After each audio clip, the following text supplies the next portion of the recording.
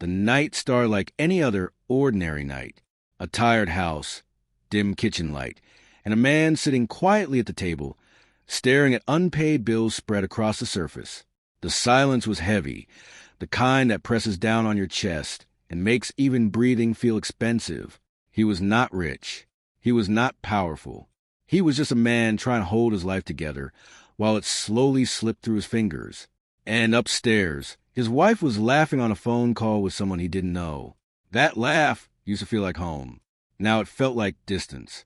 He didn't know it yet, but this night would split his life into two timelines. The life where he was nobody, and the life where everything changed. Earlier that day, something small had happened. Something so small it didn't even feel important. A lottery ticket. Not his wife's.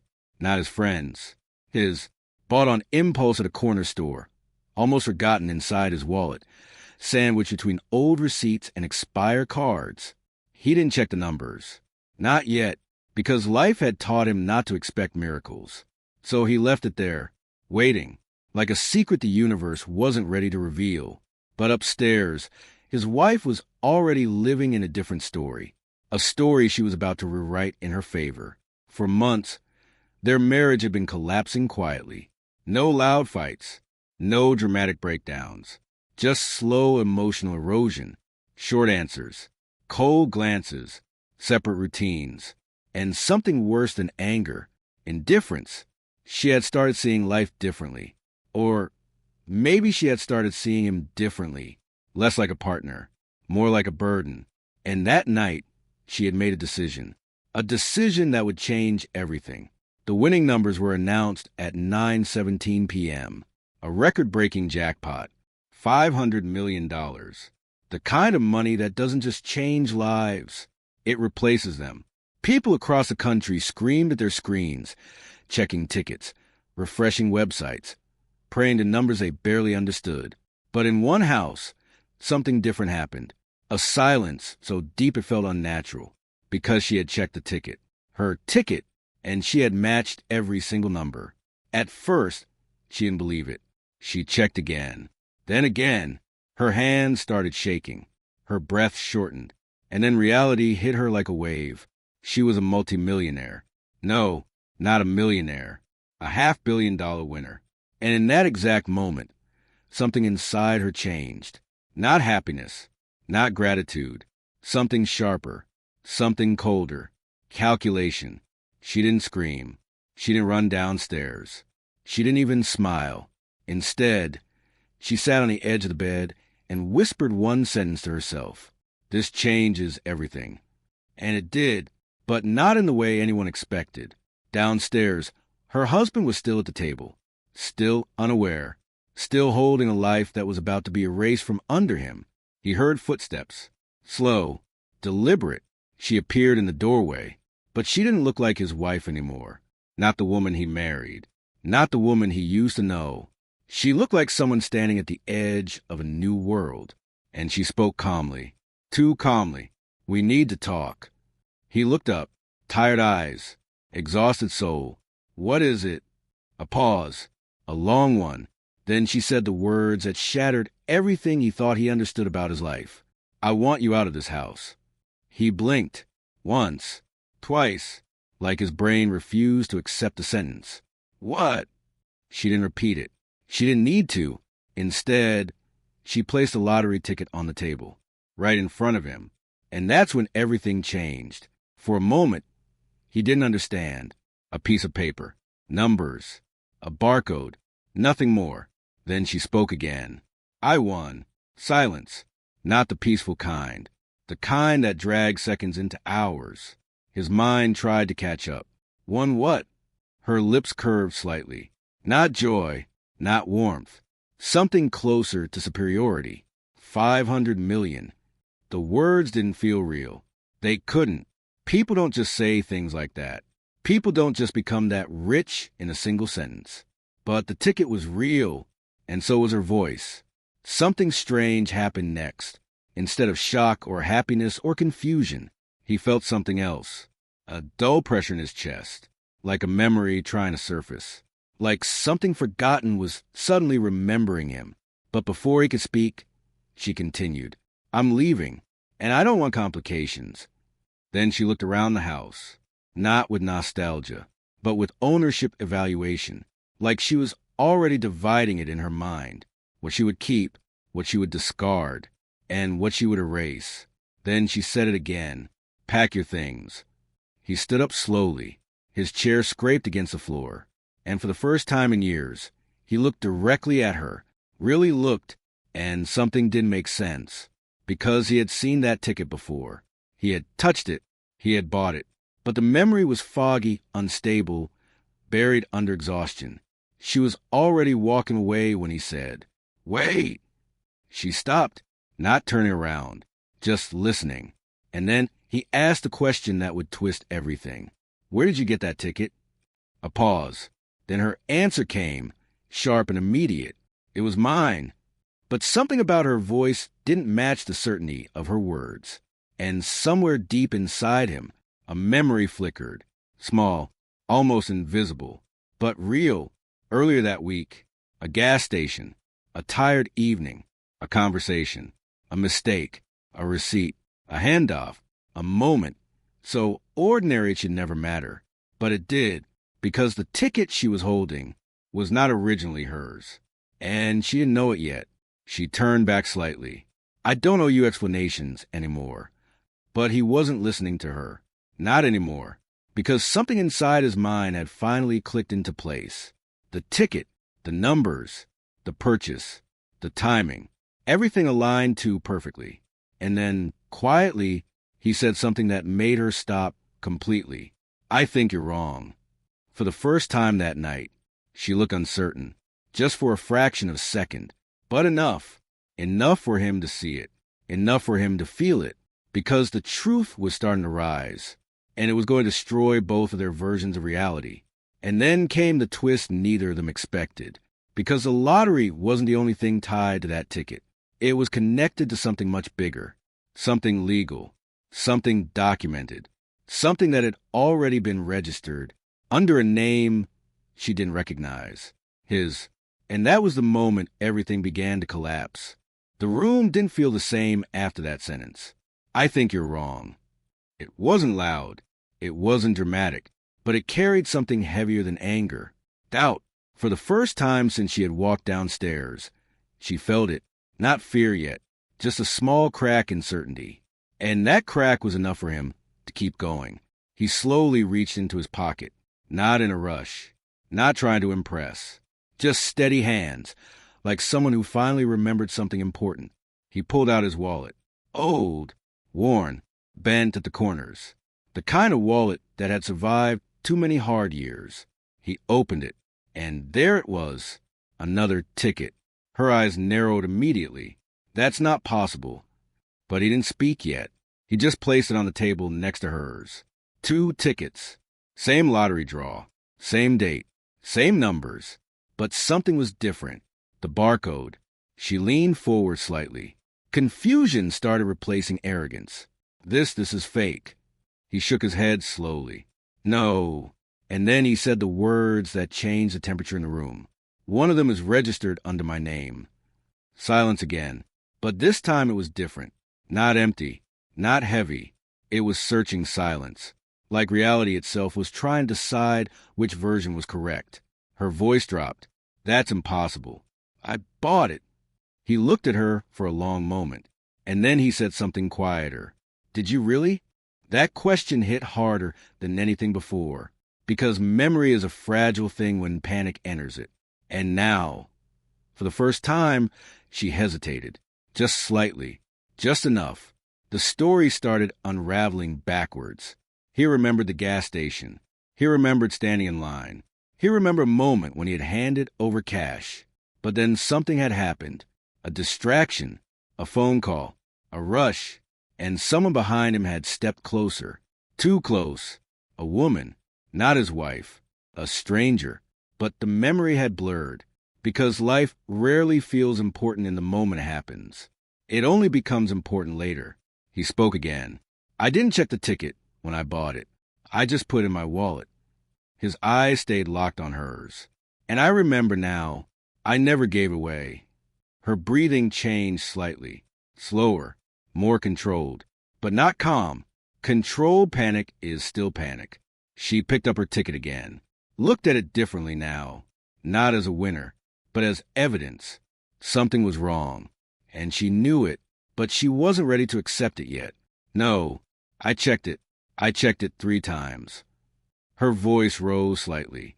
I matched all the numbers. He nodded. I believe you. That made her pause, because that wasn't the answer she expected. He continued, but that doesn't mean it was your ticket. The room tightened again, like invisible pressure was building inside it. She stepped back slightly. This is insane. You're trying to take this from me. But there was less certainty in her voice now, more defense, more fear. And then came the detail that broke the argument open. He pointed at the barcode. Calmly, steadily, that serial number is registered in a dual entry system. She frowned. What are you talking about? And that was when everything shifted into a deeper layer. Because he wasn't just a tired man anymore. He wasn't just a husband in a broken marriage. He had once worked in logistics auditing for a national retail chain. Years ago, a job she never cared about, a detail she had forgotten. But he hadn't. He leaned forward. Lottery tickets are tracked at point of sale. Every ticket batch is logged. Pause. And I remember the batch that night. Her eyes flickered. Something inside her was losing structure. He continued.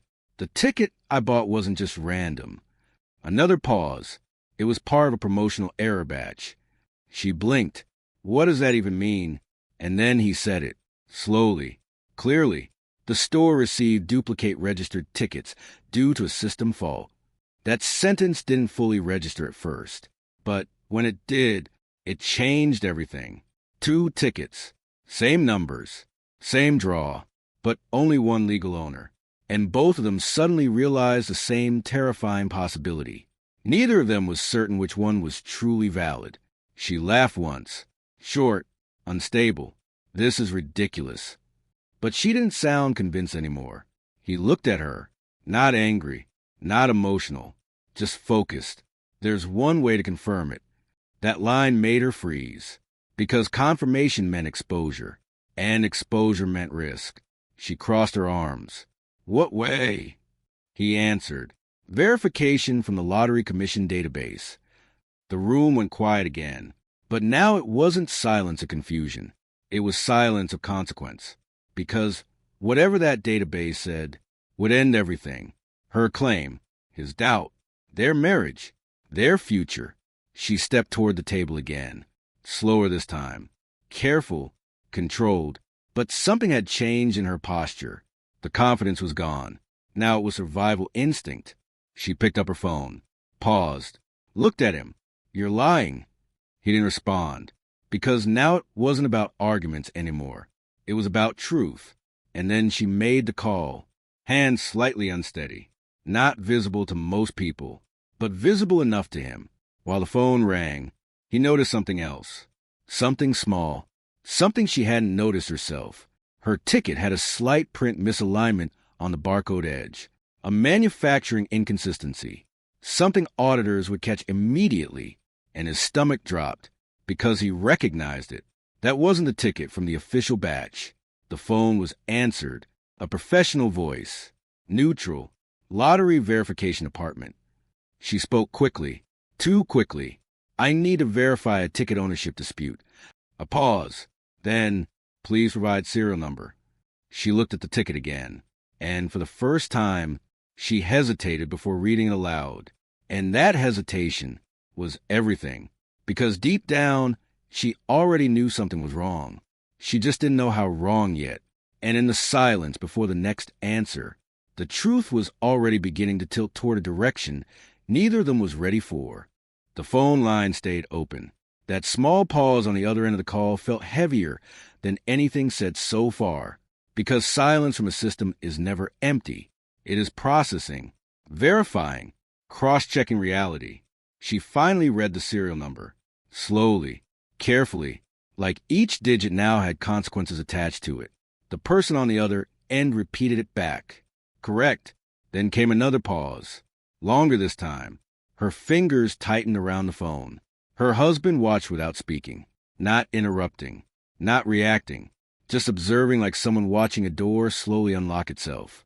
Then the voice on the line changed tone. Still professional, but slightly more alert. Please hold while we confirm ownership registration. That sentence changed the atmosphere completely, because now it wasn't just about belief. It was about records, systems, proof. The phone went silent again. But this silence was different. This was official silence, the kind that decides outcomes. She lowered the phone slightly, whispered without looking at him. If this confirms I'm right, you leave quietly. No anger, no emotion, just conditions. He didn't answer, because he wasn't focused on her anymore. He was thinking about something else, something that had started forming in his mind, a missing piece, a third variable. Minutes passed, then the voice returned. Clearer now, final, verification complete. Her posture straightened instantly, like she had already won again, like the system would confirm what she believed. Then the voice continued, and everything began to shift. The ticket serial number provided is registered under multiple linked entries. She frowned. What does that mean? But the voice didn't slow down. It continued reading from the system. Primary purchaser, pending verification. Secondary claim flag due to system duplication anomaly. Her grip tightened. Her confidence started slipping again. Then came the next line, the one that changed everything again. However, a third verified claimant has been detected. Silence exploded in the room. Not confusion, not tension, shock. She immediately spoke. What third claimant? Her voice cracked slightly. Explain that. The man across the room didn't move, but something in his expression changed, like he already feared this possibility. The voice on the phone continued. The ticket batch involved in this transaction was part of a corporate distribution test program tied to multiple retail validation points. Pause, which means ownership may have been transferred during issuance without final registry sync. She blinked, slowly. What are you saying? And then came the sentence that broke the situation open. One additional corporate holder account is listed as primary system custodian. That meant one thing. The ticket didn't just belong to a buyer. It belonged to a system test, a corporate chain, a controlled batch. And that meant everything they believed was incomplete. The man finally spoke.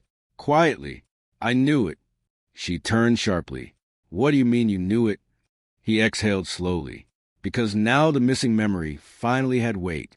I remember the cashier saying something that night. Pause. He said the machine had been acting up, that they were testing new print batches. Her face tightened. That doesn't matter. I still bought it. But now his voice sharpened slightly. You bought a ticket from a faulty batch system, and that changed ownership logic entirely. The voice on the phone continued again. There's currently an active legal freeze on payout distribution until primary ownership is resolved. Her eyes widened. Freeze. Yes. She turned back toward him immediately, panic starting to surface now. Do you realize what this means? He nodded slowly. I think I do. For the first time, her voice lost control. If I can't claim it, then nobody can. The man looked at her for a long moment, and then said something unexpected. I don't think that's the worst part. That stopped her, completely, because if that wasn't the worst part, then something bigger was still coming. And it did. The voice on the phone added one final detail. One legal anomaly detected. Duplicate physical tickets from the same batch were issued in adjacent purchase sequences. Pause. This means another matching ticket may exist in circulation. That sentence froze everything, because it meant something terrifying. They were not the only ones in this situation.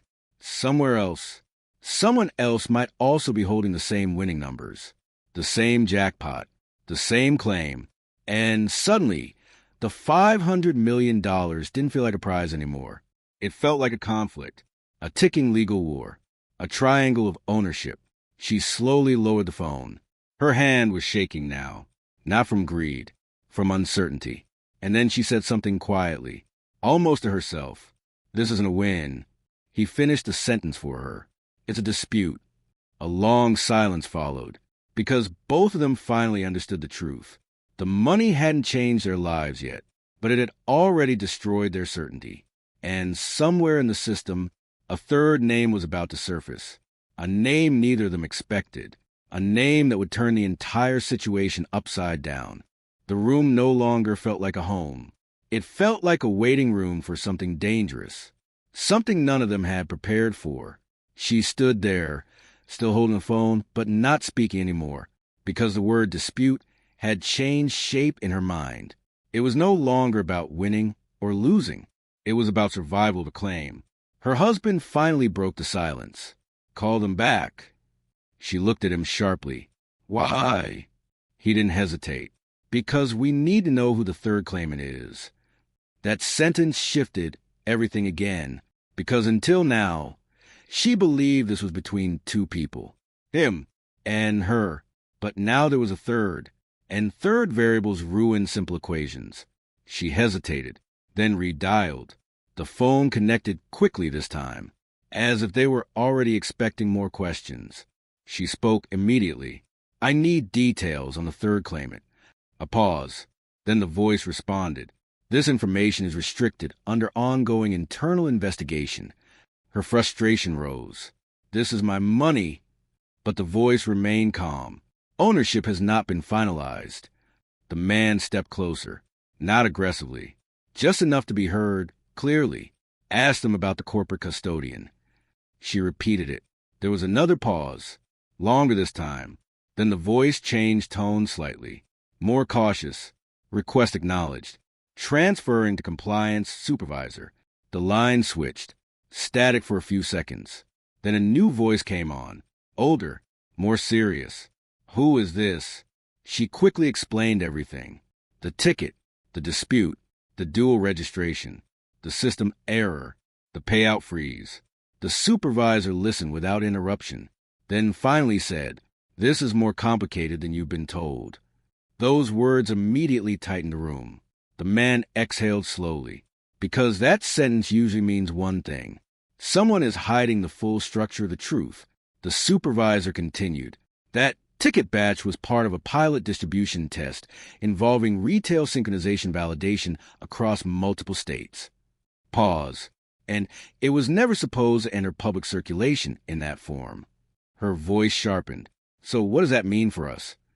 The answer came slowly, carefully, deliberately. It means the ticket you are holding is part of a controlled issuance chain. The man narrowed his eyes. Controlled chain. That wasn't random language. That was corporate language. Then came the real shock. The third claimant is not an individual. Pause. It is a corporate recovery entity assigned to reclaim invalid distributed assets. She blinked. What? The supervisor clarified. A financial recovery division embedded within the distribution partner organization. The man immediately understood. This isn't a person. He said it quietly. It's a company reclaiming system errors. The supervisor confirmed it. Yes. And suddenly, everything changed again. Because a company doesn't argue. It investigates. It audits. It enforces. And enforcement meant legal pressure. The supervisor continued. There is currently an active retrieval order placed on all tickets from the affected batch. Her voice broke slightly. Retrieval order for what? The answer came like a final hammer. To void and reissue all affected winnings under corrected registry conditions. Silence. Heavy silence. The kind that removes hope before people realize it's gone. The man spoke again. So even if she won, he paused. It can be canceled? The supervisor didn't hesitate. Yes. Her grip on the phone loosened slightly, like her entire reality had started slipping through her fingers. But then something unexpected happened. The man stepped closer to the table again and pointed at something neither of them had focused on fully, the timestamp on the ticket. It wasn't just a purchase record. It was a sequence marker. And then he said something that changed the direction of everything again. If this was a control batch, then the timing matters more than the numbers. She frowned. What are you saying? He looked at her and then said, The winning entry might not belong to whoever holds the ticket. Pause. but whoever completed the correct validation step first. The supervisor went quiet on the line, for the first time, because that was not in the standard explanation, and that silence told him everything. Something about this case wasn't just broken, it was incomplete, and somewhere inside the system, the real winner hadn't even been decided yet. The supervisor finally spoke again. "We will escalate this case to level 3 adjudication." She swallowed. "What does that mean?" The answer came calmly. "It means physical verification will be required." The man understood immediately. This is going beyond paperwork. "Yes." The supervisor continued. "A field verification team will be assigned to reconstruct purchase chain activity." And then the final sentence dropped like a stone. "Until then, no claimant is recognized." The call ended. Silence returned to the room. But this time it felt different. Not tense, not emotional. Official, final. She slowly sat down. Like her body no longer had a reason to stay upright. The man remained standing, thinking, processing, reconstructing, because now one truth was clear. The lottery wasn't just about money anymore. It had become an investigation. And investigations always find something no one expects. And in this case, that something was still waiting to be discovered. The night felt different after the call ended. Not quieter, not calmer, heavier, like the air itself was waiting for someone to arrive and decide what reality would be. She sat on the edge of the couch, still holding the phone in her hand, even though the line had long gone dead. Her mind was no longer on money. It was on certainty, and certainty was gone. Her husband stood near the table, looking at both tickets again, side by side, two pieces of paper that had managed to dismantle a marriage, a future, and possibly an entire financial system dispute. Then came the knock. It wasn't loud, not aggressive, just precise, controlled, official. Both of them froze, not because of fear alone, but because they already knew. The escalation had arrived. She stood up slowly. "What now?" But he didn't answer, because he already understood what was happening.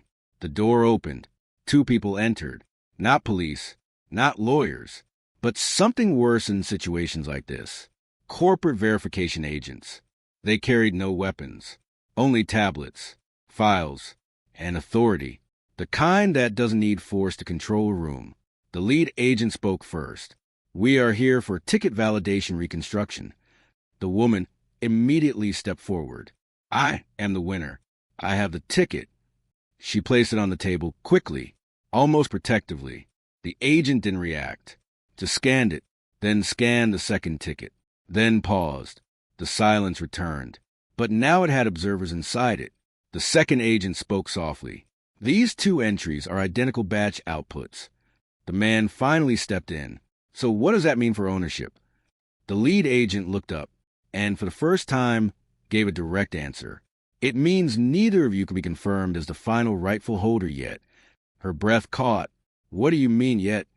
The agent tapped on the tablet, bringing up a system timeline. Ownership is determined by validation hierarchy completion, not possession alone. The man immediately understood. "So it's not just about who bought it." The agent nodded. "It's about who completed the final system confirmation sequence." She frowned. "What sequence?" The agent hesitated, then answered. A redemption confirmation ping was required from the issuing terminal. The man's eyes narrowed, and suddenly he remembered something. The gas station, the machine, the cashier, the small screen glitch, a confirmation beep that never completed properly, and he whispered, "I never got the final confirmation." The agent looked at him. "That is correct." Silence exploded again. She turned toward him instantly. "What does that mean?" Her voice was rising again. "You're saying I didn't win, and he didn't win, so who did?" The agent didn't answer immediately, because this was the part that always changed reactions. Then finally, the system recorded a partial validation completed by a third endpoint. The man's face tightened. "A third endpoint." He repeated it slowly. And then it clicked. Not a person, not a company, not a claimant, a system node. The agent continued. In cases of synchronization failure, unresolved entries are temporarily assigned to recovery custody until correction is finalized. She stepped back slightly. So you're telling me nobody owns it? The agent corrected her. Not yet.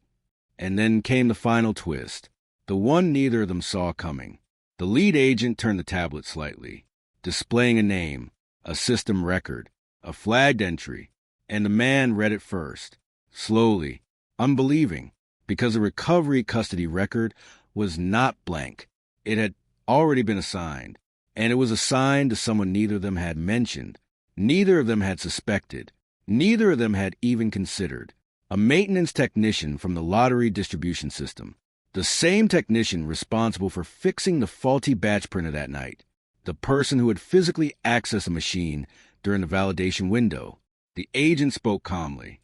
According to system logs, the final validation ping was completed from an authorized maintenance override access point.